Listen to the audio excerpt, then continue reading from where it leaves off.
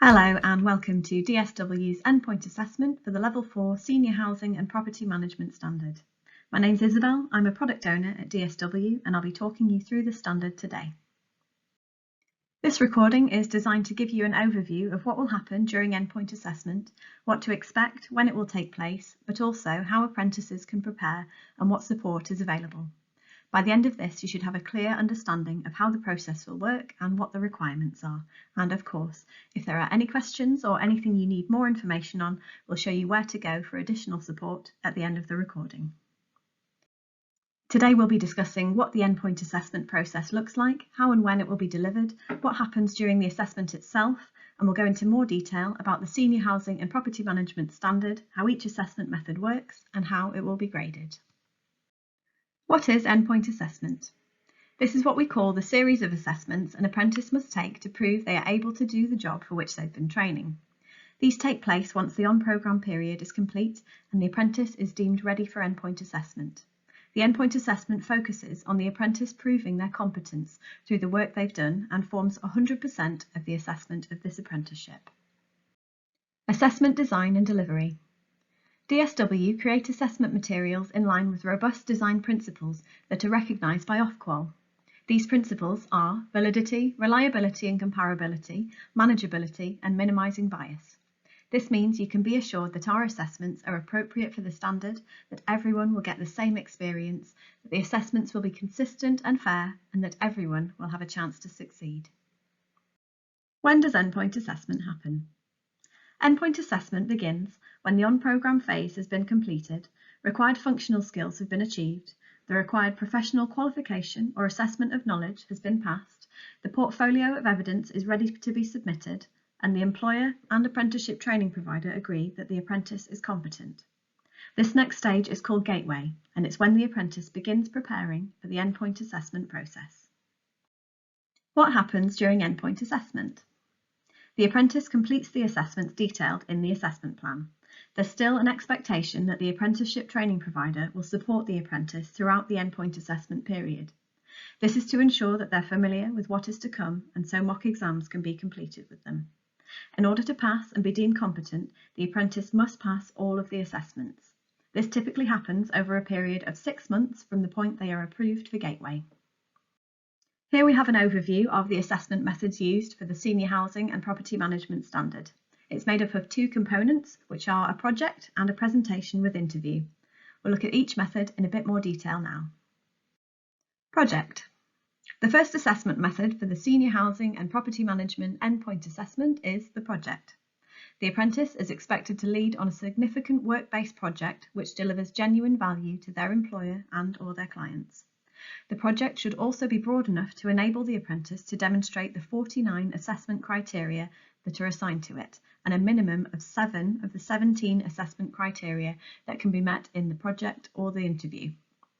Apprentices may choose to evidence all 17 within the project. If these criteria are not met, the project will be graded as non-progression. The project must have direct relevance to the housing or property management occupation. The apprentice must demonstrate appropriate capability of managing staff and resources and involve interaction with colleagues and tenants in the execution of their project. The project must stretch both theoretical understanding and practical application, demonstrating a real test of the skills and knowledge acquired by the apprentice. To successfully complete the work-based project, apprentices must submit the following documents: the project report with supporting evidence, project diary, and project referencing table. All 3 documents must be submitted after the apprentice has gone through Gateway, ahead of the assessment date as agreed with the independent assessor.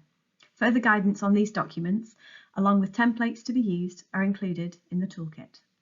The apprentice may start their work-based project up to 6 months before they get to Gateway. However, they must not begin to write up their project report until after their Gateway documentation has been approved by DSW and they have formally entered the endpoint assessment phase. Project report. After completing their project, the apprentice is required to produce a project report.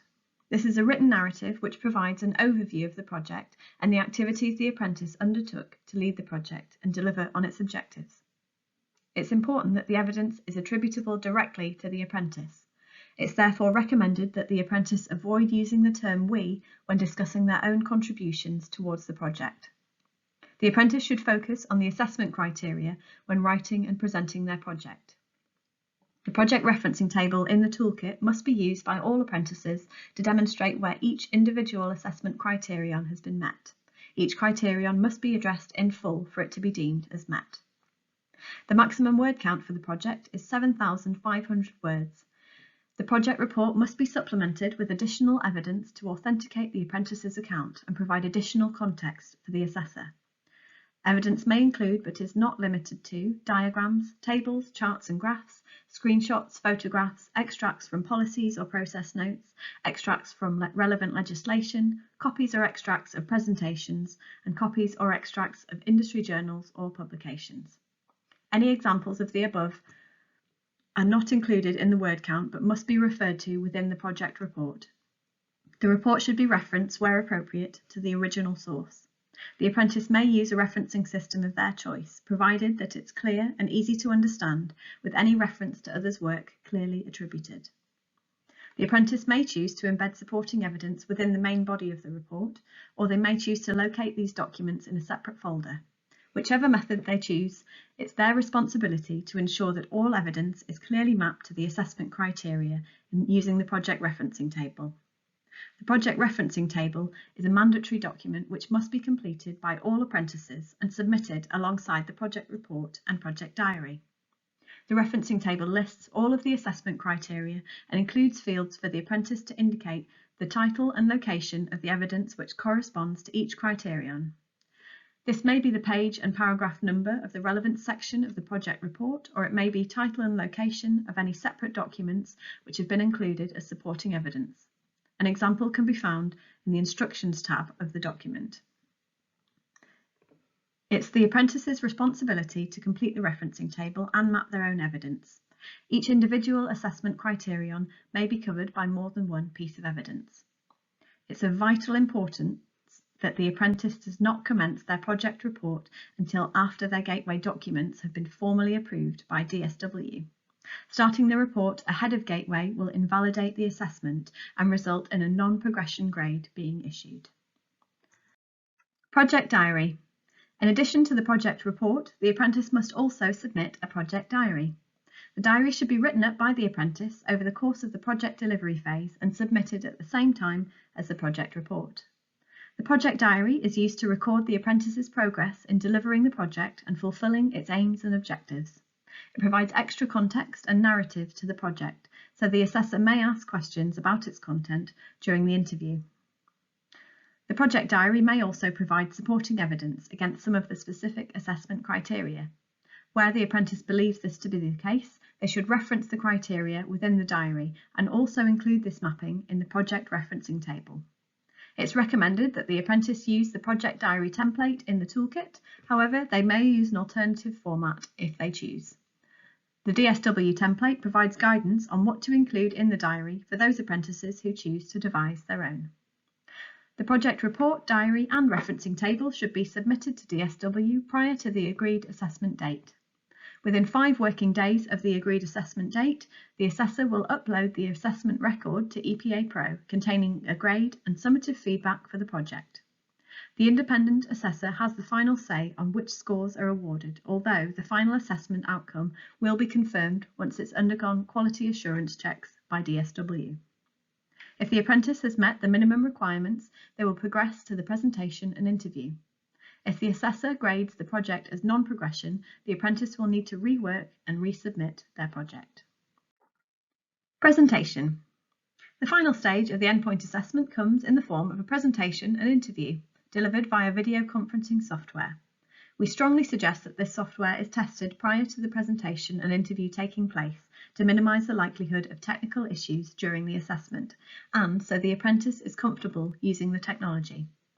The apprentice is required to deliver a 5-minute presentation giving an overview of their project, the activities undertaken and the outcome of the project. It's a good opportunity to add further context, background or rationale. The apprentice may use whichever medium they choose to deliver the presentation, provided it's suitable for the format of the assessment. For example, the apprentice should ensure that any visuals can be clearly seen. The presentation is not formally assessed and does not contribute towards the final grade. Interview. The presentation is immediately followed by an interview which will last up to 90 minutes and will focus on the 10 assessment criteria assigned to this assessment method, up to 10 assessment criteria assigned to the project or interview which were not met through the project, and distinction criteria. To ensure consistency, DSW holds a bank of core questions which must be used. However, the independent assessor may contextualise these to align them to the apprentice's project. The apprentice will be asked to verify their identity, showing the assessor valid photographic ID. They will also be asked to pan the camera around to demonstrate that they're in an appropriate environment for the assessment to take place and they cannot be aided in any way. Audio and video recordings of the presentation and interview will be kept by DSW for quality purposes. These will be securely stored and destroyed in line with regulatory and GDPR guidelines. During the interview, a maximum of 20 core questions will be asked. For each core question, the assessor may ask up to one follow-up question. Follow-up questions will typically be used where the assessor does not yet feel the criterion has been fully met or where they are exploring further to see if it has been exceeded. Apprentices are permitted to bring notes or a copy of their project to the interview. Often, writing a page of notes in advance can be useful to save the apprentice having to search through their portfolio for the information they need. To pass the assessment method, the apprentice must meet all remaining assessment pass criteria that have not been evidenced in the work-based project. Assessment criteria. There are a total of 49 assessment criteria assigned to the project, all of which must be met. There are a further 17 assessment criteria assigned to either the project or interview. Apprentices must meet a minimum of 7 of the 17 within the project to be able to progress to the interview. Apprentices may choose to evidence all 17 within the project. There are 10 assessment criteria assigned to the interview, which must all be met, and up to 10 assessment criteria assigned to the project or interview, which were not met through the project, will be carried over to the interview. Grading. In addition to the 76 individual assessment criteria, the standard is also made up of 26 competencies, for example, communication. Each competency contains between 1 and 7 assessment criteria. The final grade is calculated by adding up the number of assessment criteria that have been met, not met, or exceeded within each competency area. There are 3 grades available: fail, pass, and distinction, and grading is carried out in 2 stages. Stage 1, scoring the assessment criteria. Each of the individual 76 assessment criteria will be graded as not met, met, or exceeded based on the descriptors provided in the amplification document in the toolkit. Stage 2, scoring the competencies. Each of the 26 competencies is given a grading based on the number of assessment criteria which have been met, not met, or exceeded within that competency. As the number of criteria within each competency varies, a calculation is required to work out the score for each individual competency area, as shown on the screen now. Calculating the final grade. To achieve a pass, the apprentice must fully meet all 76 individual assessment criteria across both assessment methods. To achieve a distinction, the apprentice must fully meet all 76 individual assessment criteria and achieve an overall score of exceeded in each of the 26 competency areas. Thank you for watching. We hope this has been helpful. As always, we are happy to help if you have any questions or need any more information, so please do get in touch. You can email us at info@dswapprenticeships.co.uk or give us a call on 01302 760 008. Thank you.